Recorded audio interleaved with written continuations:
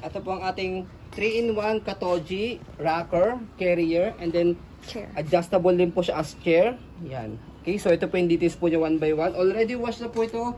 Ready to use. Wala po siyang faded, wala siyang discoloration. Okay? So ito po yung setup niya kapag nakasit or nakaupuan siya.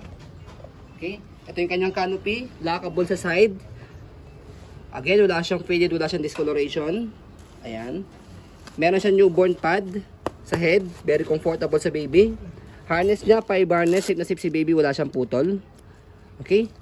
And then, kung meron siyang hanging toys dito, meron siyang isa. Actually, tatlo yan, nawala lang yung dalawa. Pero, bibigyan na lang po namin kayo ng dalawa.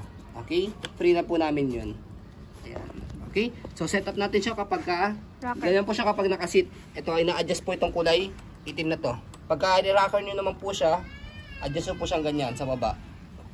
Okay? And then, lockable siya rito So, slide nyo lang siyang ganyan.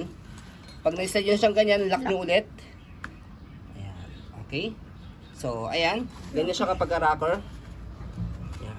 And then, pag carrier, for example, nakatulog si baby sa dining area, sa living area, pwedeng siya i-transfer sa bed. Buhatin nyo lang siyang ganyan. Tapos, natatanggal po yan dito sa ilalim.